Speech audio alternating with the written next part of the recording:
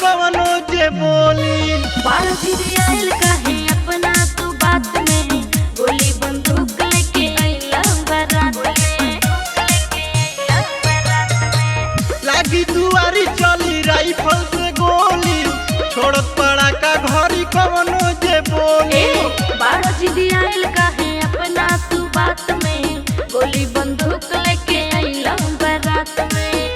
लागे बड़ू सवार खून तोहरा हो माथा, निकाले दे राइफल हटाओ होने काटा, देखो बारात रंग दरवे के जाता, हो जाई मर्डर ना तोरा बुझाता। देखो बारात रंग दरवे के जाता, देखो बारात रंग दरवे के जाता, हो जाई मर्डर ना तोरा बुझाता। देखो बारात रंग दरवे के जाता। हई रंगदार रंगदारी कोई काम बा, पूरा स्टेटवे में हमारे हो नाम बा। सब पहाड़ अकेले तू भारी, जानता नहीं हम ए संगत बिहारी।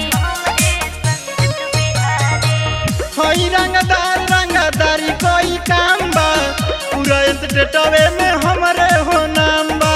सब पहाड़ अकेले तू भारी, जानता नहीं हम ए संगत बिहारी।